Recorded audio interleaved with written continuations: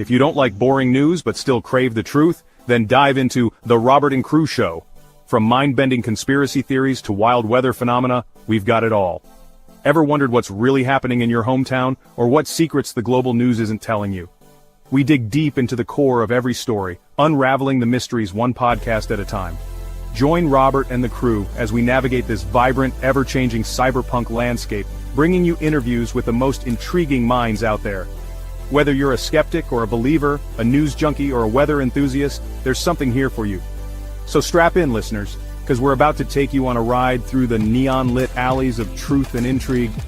This is the Robert and Crew Show, where the future meets the fantastic.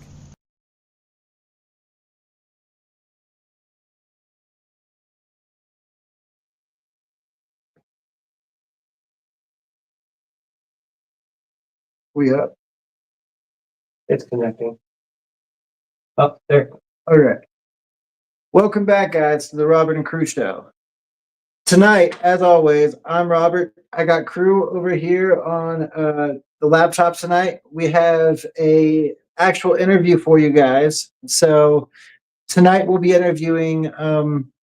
What name do you want to go by? Yeah. Okay. So tonight we're gonna be interviewing Kira about her religious aspects around your more Wiccan or pagan, or around her pagan and religious beliefs. Are you ready, Kira? I guess ready as I'm gonna get. So how have you been tonight? How are you tonight, Crew? Pretty good. Keeping track of the comments tonight. Is there anybody in the chat yet? I don't. We have one viewer, and that's me. So I'm, That's getting just ready. you. I'm going to YouTube site to see if we have any viewers. All right. So,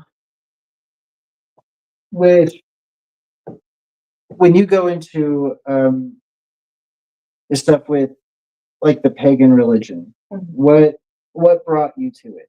Like how did you get involved with paganism?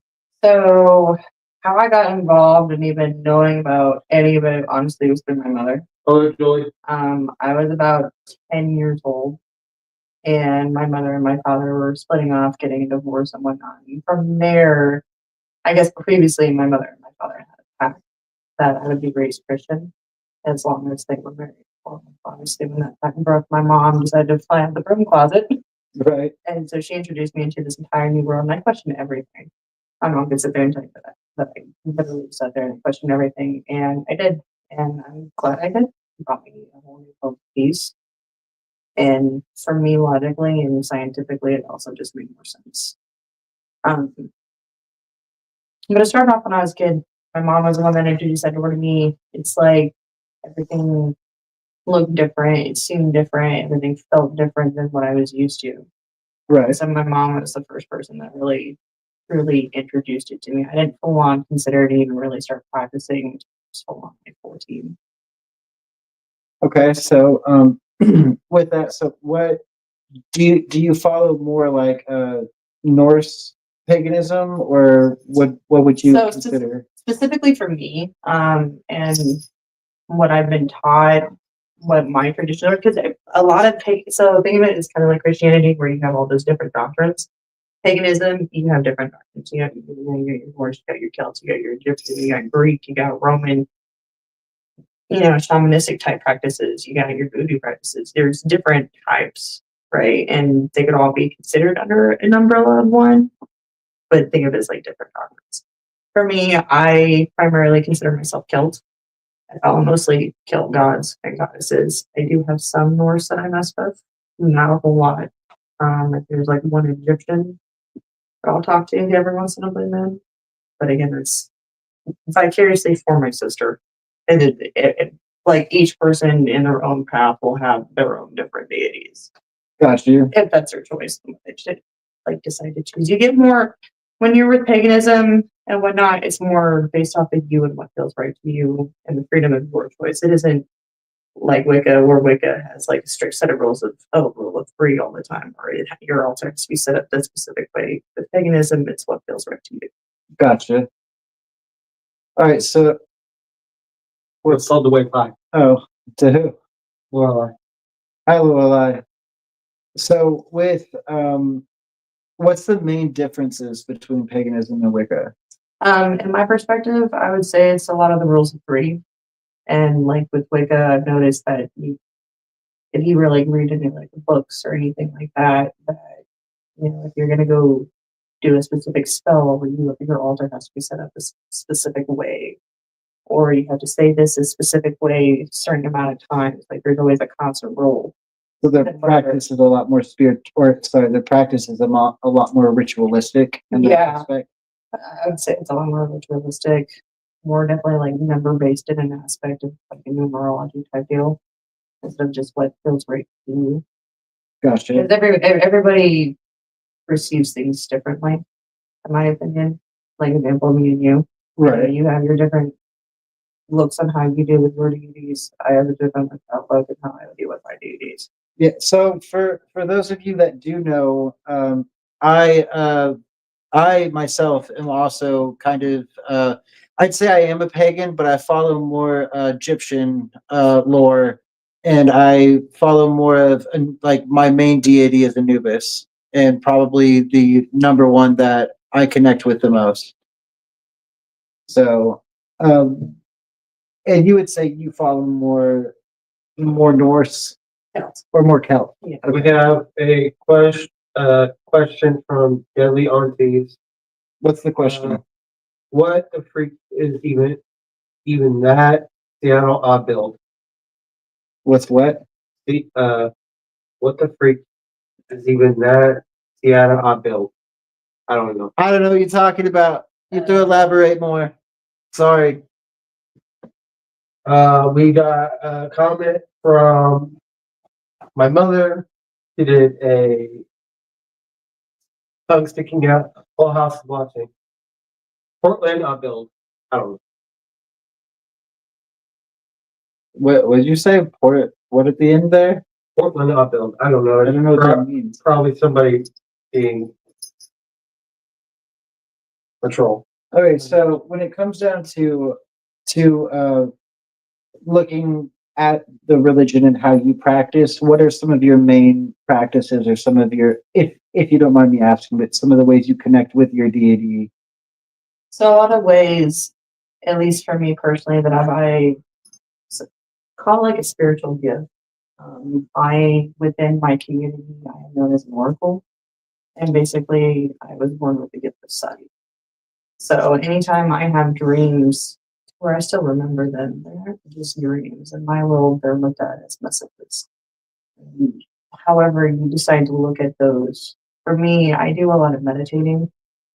Um, a lot of my spiritual work has a lot to do with who my deities are and like honestly what currently goes on in my life. My example, the Morgan. The Morgan has always been one of my deities that I've always gone to for any occasion. To say if I wanted something specific to do with like something form of injustice, she would go to. If I'm looking for And what does she stand for? so the Morgan to me, for her, she's not just a goddess. She is a woman of light. She's a woman of love, but she's also known as a warrior. She's led fearsome fucking battles to which no end. To her, a lot of the world sees her as like this goddess that looks at everything as black and white. Either you did it or you fucking didn't, kind of type shit. And she's fearsome for it. A lot of people have feared her because of that. But when you truly get to know her and like have a working relationship with her, she's like has like this little funny, very playful side. Gotcha. Kind of Fae-like almost. Yeah, more woodsy though. Gotcha. Honestly, more woodsy. But like for her, if she were to send a message to me, she's going to send me a crow. If Peregrine were to send me a message, I'm going to see that in the moonlight and some rocks somewhere. Each messages that I've received have always been in a different way, shape, or form. Maybe it's me reconnecting with someone from a previous time in my life, or maybe it's something, maybe I saw a cardinal one day. Maybe I saw a spider wearing Orlando sea spiders, that shit. Right. You gotta also be willing to look for the signs and work on the shit. Because if you're not willing to work on it, it's never gonna happen for you. So more like belief equals manifestation in a way. Mhm. Got you. So when you were growing up, you said that your mom and dad kind of had a pact to raise you Christian, and then after that kind of fell apart, that's when your mom kind of went more towards this side of stuff. Oh, yeah. Did you click because your mom was clicking with it, or did you have a solid interest in what it was? So at one At point, first? my mom had pointed out to me because so first and foremost, I was raised Southern Baptist, and I was really in the church life. My mom was a pianist. My dad, was a usher. My grandma at one point did Sunday school. My great grandma was the organist. At one point, my grandfather was a preacher in the Baptist church. Like we were indoctrinated Right. in the Christian church.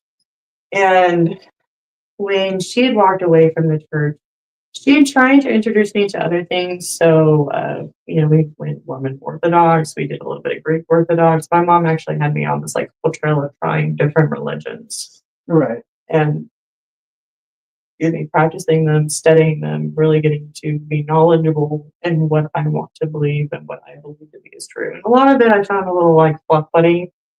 I'm like, that doesn't resonate with me. And when I finally really started pushing her about paganism, what it's truly about, and not just, oh, you're worshiping the devil type shit, like actually taking the time to sit down and become educated about it when I was being stuck on my own ass. And so when she finally sat down and talked to me, she gave me, it was one of these, it was a book. She gave me a book. I couldn't even tell you remember what the book was nowadays, but I sat down and I read it. And then I continued to ask my mom more questions of like, okay, well, is it normal to see these things? Because I'm known as a seer in my religion. But back then, I thought I was just crazy. Things like visions or just So not even just the visions. It's like I'd see people. I would see spirits itself. I would Gotcha. see other creatures of the mythological forms, like the Fae. Right. For me, I could see that, but I didn't know how to not see it. I was trained to not see it, but all of a sudden it's coming up. And at least how my mother always put it is that it's at one point she like binded my soul to my body. Right. And that kind of wore off later on as I grew into the woman that I am to learn how to protect myself and to shield myself from those things.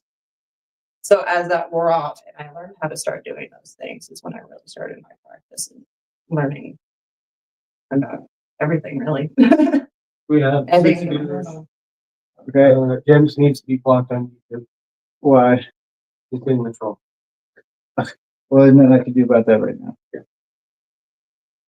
But when it comes to the deities, and you said you follow more like Celtic paganism, what part of like the Celtic side really spoke to you more than anything? Because you have all these other options. I do have a lot of other options. What spoke to me more about the Celt was that it's my heritage.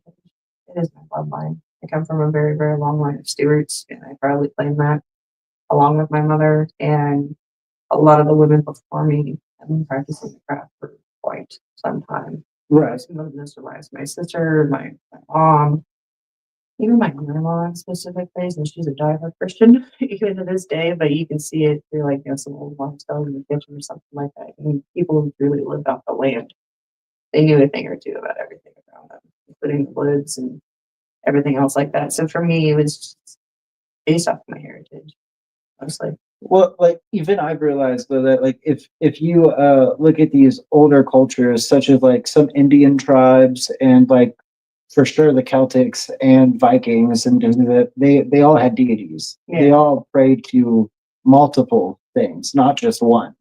Some Indian tribes might latch onto one specific deity and consider that the all-knowing or the creator, but quite a few of them, like from the beginning of time, had multiples. So like some of my deities are from like me and who I was. So like or at least for side of standpoint on this, there's like three phases of this life. She's the maid, the mother, the crown. So right now my mom, I'm known as the mother. My mom's at that point where she's become the older, wiser woman of the village, so she's known as the crone. People go to her for advice and stuff. And then the maiden is, a woman who has not quite yet reached one of those womanly years, but she's young, she's naive, she's everything that a woman once was. Men have the same kind of vice versa, Right.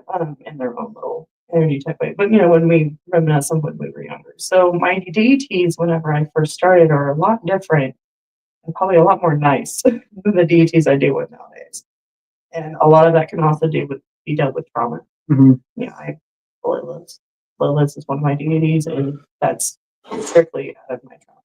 Right. Lilith and Akate, those are two of my main deities I work with nowadays. Strictly out of me trying to heal from that trauma and claim back my power, who I once was and who I want to be again. Okay. I don't know if this is from my mom, but it could be from Danny, but from her account says white or dark. I don't. Oh, why like good or bad? That just means basically good witch, bad witch. Okay. If we're gonna get real technical, I would consider myself a good witch, but in my practice, magic is magic. Right. There is no light, there is no dark to it. It is all about you and your intentions. If my intentions are pure in the fact that I'm trying to sit here and heal myself, or I'm trying to sit here and protect those that I love surrounding me, nothing bad's gonna ever happen out of that.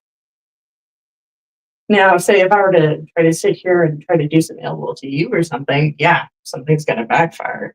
Right. Especially if it's an ill will intention. But well, I think those of us that have some kind of reach with the spiritual realm, whether it be a normal religion or pagan religion, depending, it doesn't matter how you do it. But praying, in my personal opinion, is that can be a peaceful curse or it can be a harmful curse. And it's a definitely prayer, a blessing or a blessing. yeah, it's just the spoken.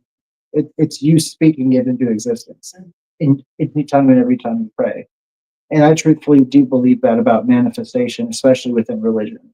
It doesn't matter what it is. If you truthfully believe in something that strong, it's probably going to take place at some point. Do you do palm readings for and are you a beginner or student? I have that question from you too. Okay, so they want to know if you if you can do anything psychically. I'm not quite skilled in palm readings. I do a lot of tarot readings and more divination. So tarot cards and, Yeah. and divination. So to answer the question, she's more into tarot cards and divination. It just works best for me. Although I'd love to learn more about palming if anybody knows anything. So when you said that you've had like dreams that would come back and you knew they meant something. Did that start when you were really, really young, or did it happen after you started practicing? So my mom noticed me, and this is why I was bound to my own body. My mom noticed me always leaving my body, when my soul leaving my physical body. Like, see it. Almost like astral projection. Yeah, pretty much. And so she would see me project a lot when I was a kid. And when you project a lot and you're a kid, I wonder why you can't get any sleep, because your spiritual self is not getting any sleep. Neither is your physical self. You will not get sleep. You're one tired person, no matter how big or small you are. So when it finally all did start wearing off, I'd say I was about 13 when I realized that that was a thing for me again. I was about 12 or 13. And What would you say was the dream that you were just like, okay, yeah, for sure I'm seeing something here. And I know that for a fact that I'm no longer like just imagining this. so, weird, odd story. My mom had a spirit boyfriend. I'm not going to say his name for personal disclosure, but Stu was creepy. Okay, Stu, from the day that he every night I had to say, I could see his eyes. That's the only thing I could see was his eyes. I would watch him go kill my mother in one room and then turn around and try to kill me in my other. I had that same dream every single night for months. Oh, jeez. Nonstop, ever since the day he moved into that house. Okay, I was about 12, 13. And then, when it's like the longer he stayed there, it didn't just happen at night anymore. It was also happening during the day when I was in my middle school. I was in middle school. So whenever I'd head home and I'm on my way home from So it's like I had the same dream. So that he wasn't masked this time. I could see his entire like face, body structure, whatever. Tried to kiss my mom and then tried to turn around and kill her as soon as I walked through the front door while he's in the kitchen. And at that point in my house, I could just kind of take a couple steps and I could see everything throughout the entire house. Right. So when I finally got the courage to voice this about him to my mom, because you can't just go up to your parent and be like, "Hey, I have this weird vibe. Right. I don't know how to explain it." But I was scared too a little bit at that point. And I'm glad I did what I did. It's for the one time my mom actually saw me. Like it's like I could show her what I was seeing and she actually saw what I saw. Right. And then at that point, and I'm like, this has been going on for months. I don't know. Let's just put it to you. Not long after that, he was at my house. It's like she took my word for it. And boom, gone. Right. Would she? It could be because of the Xbox is on. You turn the Xbox off. And also, my mom even said block games on he's getting out of here. But Well, there's nothing I can't block somebody on YouTube while we're on here. I don't have a way to do it. YouTube will block it. um, but There's gonna be trolls, and quite honestly, if you're gonna troll, you're gonna troll. I do have one question for my mom. What is the price she paid for using witchcraft? What's up? What? Price. I paid for using witchcraft. Yeah. The kind of price. Okay, when you guys are giving questions to here, be more detail. Because and so like in my practice, it's not a great thing. There's not like we have the ordained. So like how Christians have their 10 Commandments, I have ordained that I follow. It's not just 10, I follow over 150 of them.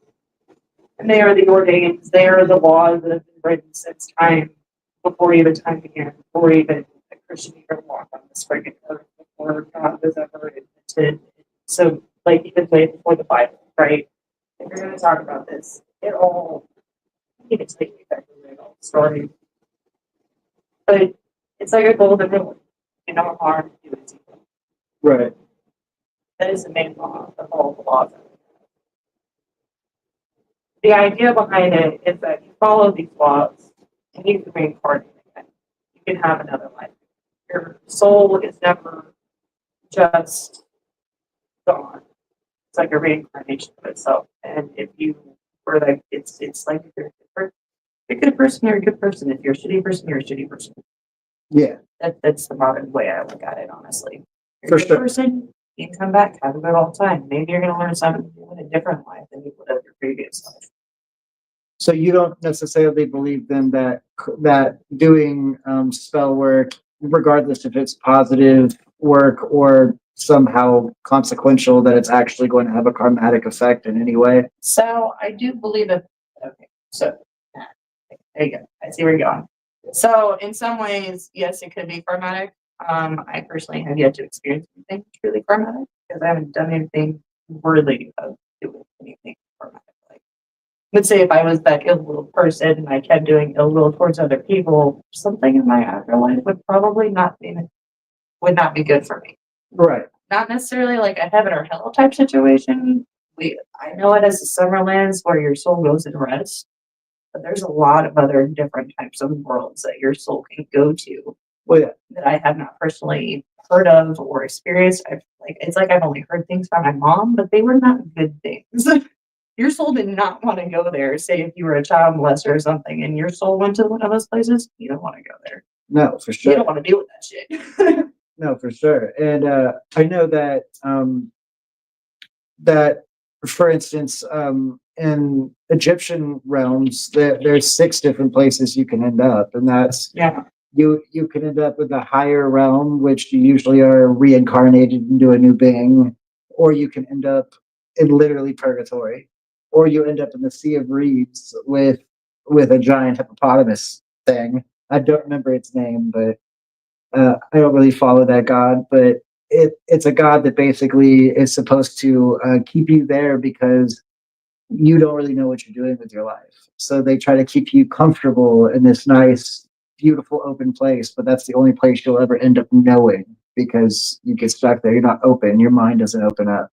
So, and even in cultures like Hinduism, there's always reincarnation. There's so once you pass, as long as you had good energy, and I mean, even in Hinduism, or Buddhism, basically, they believed that even negatively, you'd be reincarnated into something else. Like, say you were a jerk and set a whole bunch of trees on fire, you might reincarnate back into a tree that gets set on fire repetitively over and over and over again. So I know like the belief systems they're not too much different in my belief between some of these pagan religions too, such as like the Norse pagans believed in all different kinds of things.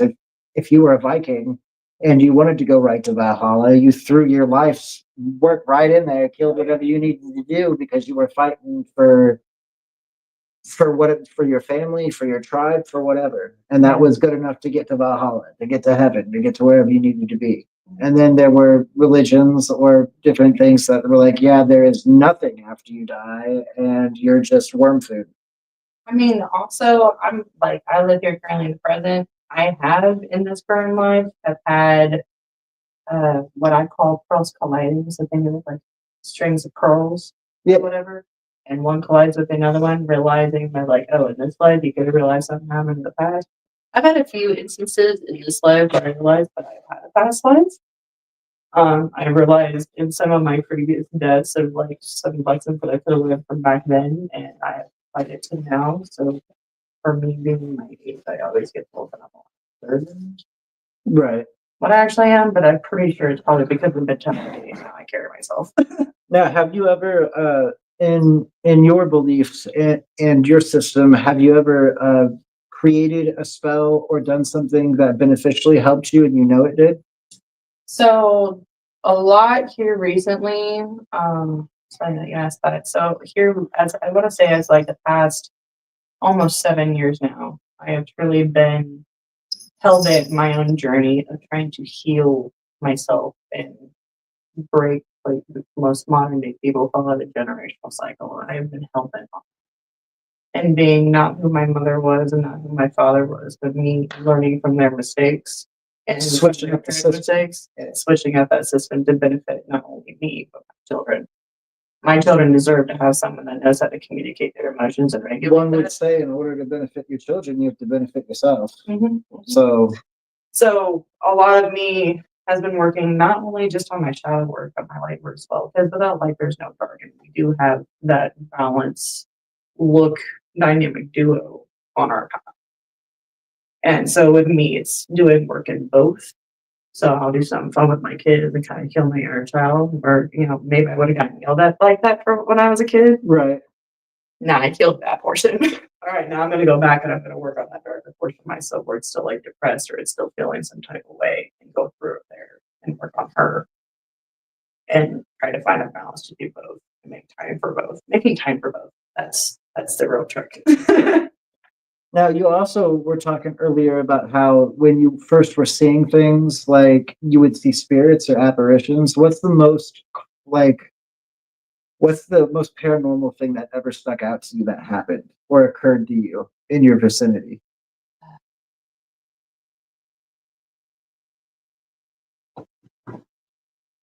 When they tell you in the Appalachian Woods, you don't go out at night? Don't.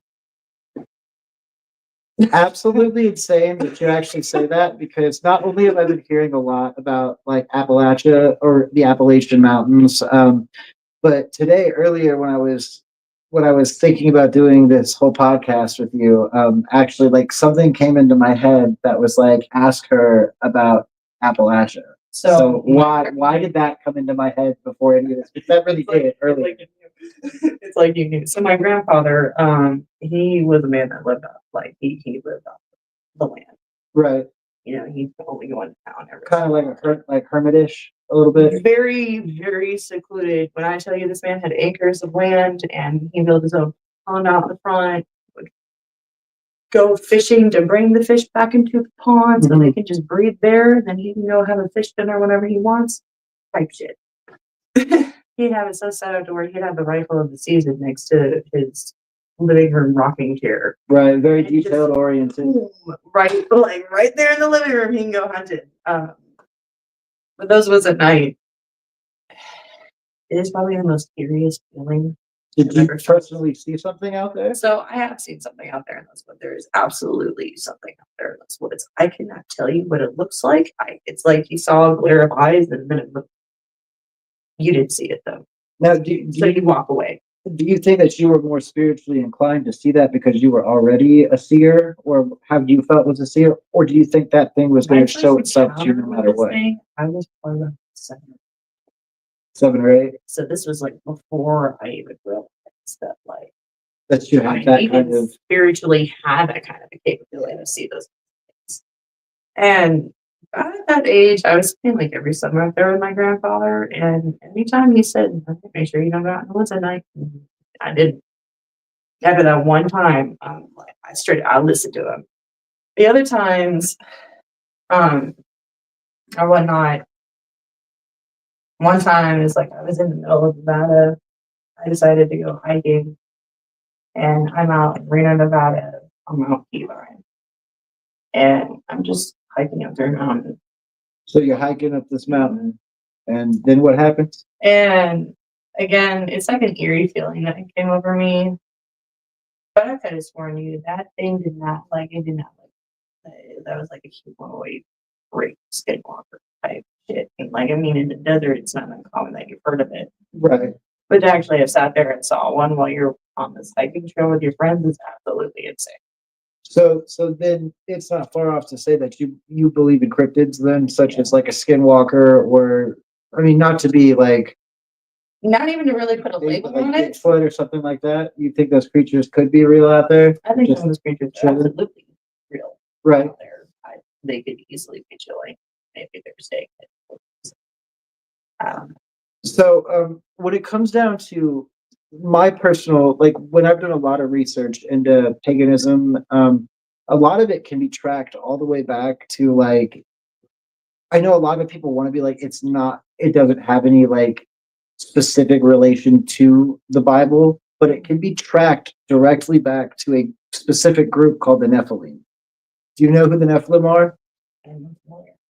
Okay, so the Nephilim were the gods that were here supposedly before there was a Christian religion. Hold on, is this out of that black book or whatever that I think there's like another podcaster or person that's like So I don't think this comes out of that distinctive I'll send book. you the link to that. Yeah, for sure. So the Nephilim, they've been talked about for centuries, like even like in medieval times, Nephilim stories were going around. They were once considered the giants of the nation. Like That's right. the Nephilim would come down, supposedly they were godlike beings, one being known as Enki. Enki was a lot of people directly relate him to Lucifer, to like the fallen, to the morning star, the fallen one. But Enki came down and he would mate with all of the human women. Okay, and the human women would the Nephilim weren't supposed to do that. They weren't supposed to mate with any of the human women, but he just thought all of them were so beautiful he couldn't help himself. He just had to have all the human women he could have. Well, after that, apparently this race of giant beings became because of this interbreed or this breeding between the Nephilim and the human race. Well, supposedly our blood comes from the Nephilim originally, and that we have our psychic and telepathic abilities from them. That's what the theory comes from, is that our spiritual realm is actually their home realm, the Nephilim's home realm. So if you follow like the ancient Egyptian lore, for instance, things like Anubis and Set and even Arachne, and she's more Greek and Roman, but she also has her place in Egyptian lore. But all of these gods supposedly were real at one point, and they were coming down here and giving out information. Well, because of that, these different cultures would form towards paganism or Wiccanism, whatever, or Wicca, whatever you want to call it at that point. But they would go more along to that line because they wanted to believe that these gods that came down from before were going to come back at some point. They were going to come back and bring back everything. And they believed that their tribes or their ancestors knew what they were talking about and wouldn't spread some crazy story around that wasn't true. So it came back down to, did the Nephilim, like, are they the original gods that like the Norse and the Greeks and that the Egyptians prayed to, and that now a lot of these other people can still feel this spiritualism and can still feel that these gods are out there somewhere, and that's why paganism is so alluring to so many people. And that's just my personal. I could see that as a perspective, and in some ways, I think that it would kind of be believable in the sense of like spirituality and you waking up within yourself and realizing that, oh, I can actually see this, or oh, I can actually do these things, or no, I can actually feel this, or however it worked out for you, right? To make yourself feel as if you're in a higher place than what you're already currently at physically. Right. Like you're going in as like a metaphysical type journey, and to be able to open that up, like your third eye, and to be able to see that from a distance, it kind of logically makes sense. So with your Celtic paganism, do you believe in chakra and the mind's eye and like opening up your third eye? Do you? I do. So you do believe that personally? For me personally, I do believe that. Okay. I've always believed too that like when you get into like the scientific realm, I don't believe in a ton of science because science is made by man. Same thing with mathematics. You can say they're real all you want. You can prove that 2 + 2 = 4, sure, fine. But because you tell me that this circumference of whatever rounded down 5 ways to whatever equals this, and it's always going to equal that, well, sure, but we made those numbers. We made them. So we're only doing what we understand already. So that's what it comes down to for me is how would we know this stuff if it's not somehow implanted into us at birth, regardless if it's religious or spiritual or whatever you want to call it at that point. Is I feel like you were all, if you're a Christian at some point, unless you part ways and go to a different religion, I feel like if you stick to that religion, you genuinely believe that Jesus and God are the only ones there for you, that then maybe that was already programmed into your body, into your system, because that's what your ancestors believed. But like if you look at Chinese culture and Japanese culture, you go back and back and back, what they believed was they had tons and tons of different deities and gods and stuff, and tribes would pick a certain deity and that family would pick that deity. So I think paganism revolves a lot around what we already knew in the spiritual realm, but we had a couple of different religions like Christianity and Judaism and not Arabic, the Muslims, Islam. There, they want to go to this one God to rule all over everything. So, but the thing for me is, I never feel like it's people. Right, but every single culture before these 3 religions had multiple, tons. So it's always, for me, it's been like, well, why would we go away from that when obviously our ancestors for the longest time didn't believe in just one entity and one thing? Good question. Yeah, if most of us trace our roots back, we all go back to Africa, each and every one of them. And most of us, you trace your roots back all the way that far, and you'll see that most of the people here around believed in some crazy, wacky things. They thought different entities controlled the weather, or different entities controlled how happy you were one day or how upset you were the next. So I feel like there's some definite pull within the universe that directs you to what you want to believe spiritually or religiously. I agree with you wholeheartedly. I truly wholeheartedly believe that it's the person in there. It's got to be in your blood. Yeah, that's just how I see it. Is if your ancestors and the people you surround yourself with consistently tell you this is how it goes, but you question it, you have to wonder if this is that, then why am I being pulled in a completely opposite direction? Have you ever heard of Orion Foxwood? No, who's that? So in my community, he's amazing. He's beyond smart. The energy that man raises, if you could just vicariously feel it through me, it'd be wonderful. Because I like even to him, I don't know. But my mom, she practiced with him a lot, and she's part of this very siege that she passes. But he's written out a couple books, and it's called The Flame of the Soul. It is a trilogy series. I strongly suggest reading it for anybody that's interested in learning simple basics or just kind of wanting to know a little bit more about it. Probably better than I could ever explain. But how he always worded it was that like one person's flame is lit, and you get people around that person, well, another flame's gonna light. It's like passing a flame. Right. So my flame's lit. Here I am. People that I'm surrounded by, their flame is now starting to light because the flame is already burning in its own right. That makes sense. Like I'm my own little powerhouse. Here's my flame.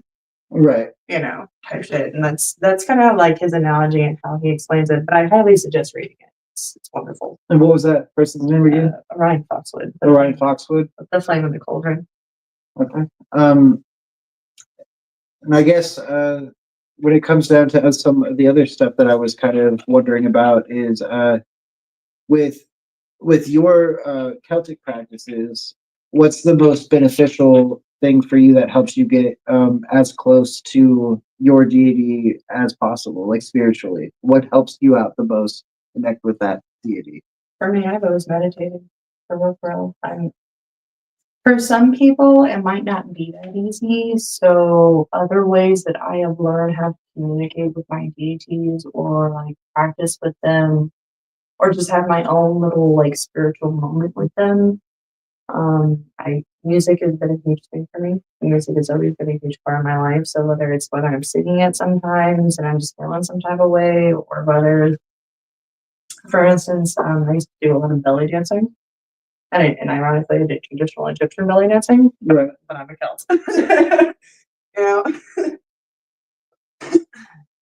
But I would belly dance, and like how I would move my body with the sound of the music would be how I'm trying to personify that specific element.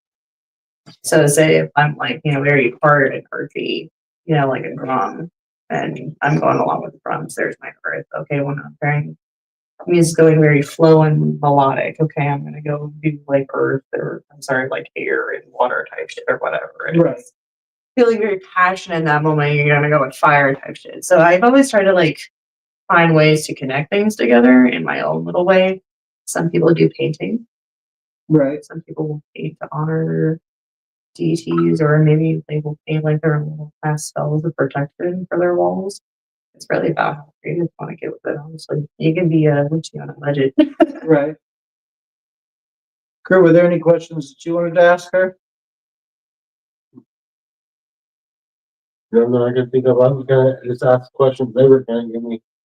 Are there any more comments right now? Nope. No.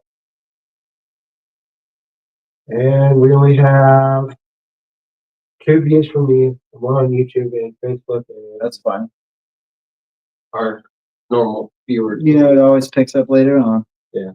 But when it comes down to the rest of how you feel with your connection to your deity, has there ever been a moment or a time where where you knew they were calling out to you, where you could just feel it? Yeah. What did that feel like? What did that exact moment feel like? Think of like a parent that's disappointed in you and they never hollered out your name. That's like the best way I can describe it, like that, like, oh shit type moment or whatever. At least it's kind of like how I look at it in my one instance. At one point, I was I was just in a really, really bad relationship in my life, and this is before, Right. And they were very narcissistic. They were popping pills. They were drug addicts. They did terrible, terrible things.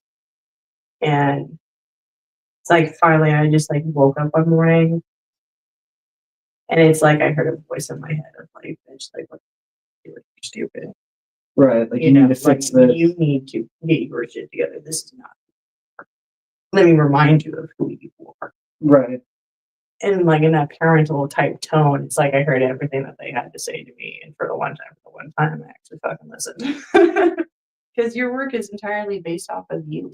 How much energy are you willing to put into yourself? How much work? Like it's not, oh, I cast a spell and oh, there it is. Like you actually have to put work into it. You can't just sit there and cast a spell and oh, it's done. Right. It's not. It's not ever going to be that tangible. If you want something to be truly physically tangible for yourself and what you're trying to work towards, you physically have to put effort to even remotely make that. And how much time would you say that you put towards being spiritual, like a day or monthly even? Like what would you say monthly? How much time and energy do you put into it? For me, my mom always did that shit every day. Every single day? Like every single day now. Whether and like so like my mom, she has a couple books out. It's called Being the Green Mother. There's Being the Green Mother, which is book 1, and Being the Green Mother, Book of Shadows, which is kind of book 2, basically. You can also get them on Amazon. However, how kind of like she put it in like the most simplistic ways. You could be doing your dishes, right? I'm a mother first and foremost. I don't want anything bad spiritually attaching to my children. So when I wash their clothes, I put a little charm with them.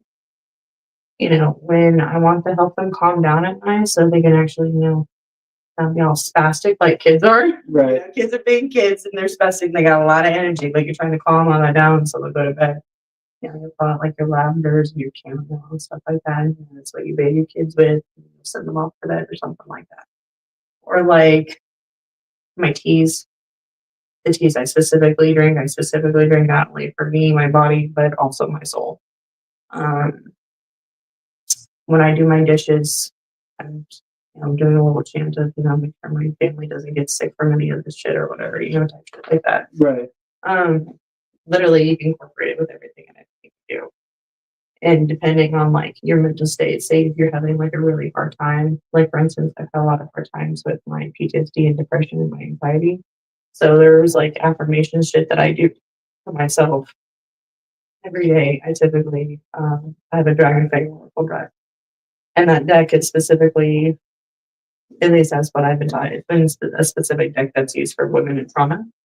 And so because I've had that same kind of trauma relating to a lot of other women, I'll pull apart from that deck. Right. Okay, what's my message for today? And I do that every day and reread myself over. Okay, well, what am I feeling?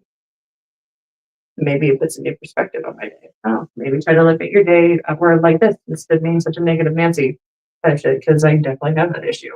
Right. Yeah. Well, that's totally understandable. But anyways, it's been great talking to you. Thank you. You are welcome back anytime you want to come on the podcast and talk, or just you can just be a guest sometime. Talk about other things.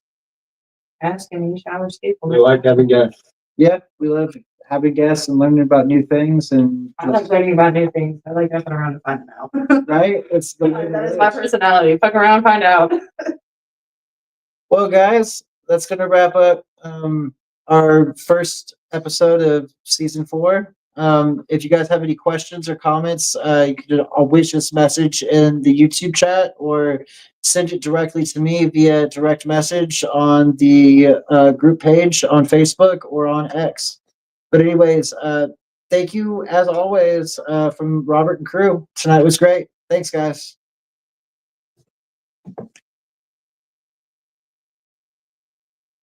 If you don't like boring news but still crave the truth, then dive into The Robert and Crew Show. From mind-bending conspiracy theories to wild weather phenomena, we've got it all. Ever wondered what's really happening in your hometown, or what secrets the global news isn't telling you?